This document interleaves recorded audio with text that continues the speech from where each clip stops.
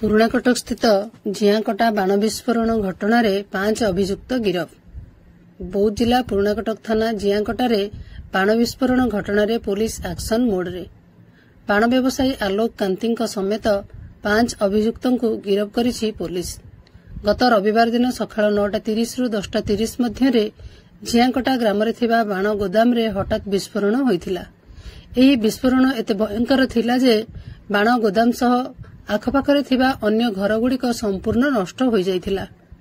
बेआईन बाण कारबार चलाउथुबा अभियोगरे पुराणाकटक थाना जियाकटा ग्रामर मागिराम बेहेरा 60 वर्ष, पुराणाकटकर कान्हू परिडा 25 वर्ष, पुराणाकटक थाना जियाकटार आलोक कांती, पुराणाकटकर लक्ष्मीधर परिडा 60 वर्ष और पुराणाकटकर प्रशांत साहू 38 वर्ष को गिरफ करा जाइथिबा जणा पड़िछि।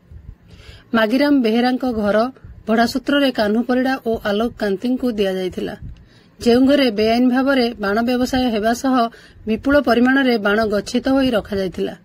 एही घटना रे विपुल परिमाणर बाण कलेज छक, रुगुड़ीपाली एसबीआई कॉलोनी सामना फल दुकान सह व्यवसायी आलोक कांती घररू जबत करिछि पुलिस।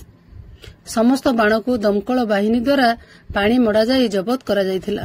विस्फोरण एते भयंकर थिला जे घटनास्थल रे जणे और डाक्तरखाना रे जनकर मृत्यु होइथिबा बेले 7 रु अधिक गुरुतर आहत होइछन्ति। एही बेआईन बाण विस्फोरण घटना रे पुराणाकटक थाना पुलिस विभिन्न मामला रुजु करी अधिक तदंत जारी रखिछि।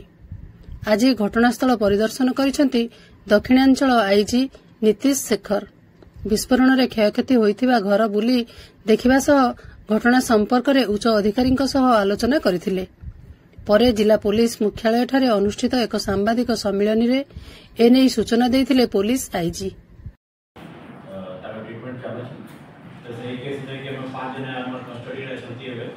इंक्लूडिंग जे मेन कल्प्रिट अछि आलोक कांती जे बाण सब कलेक्शन कर रखिଥିଲା तो समस्त रखाई और अकॉर्डिंगली जहां सी एज पर लो एक्शन अगेंस्ट एक्शन या दिबे और छेरा अछि जो बाण जो छेरा अछि सब हिसाब से केस अनुसार चालू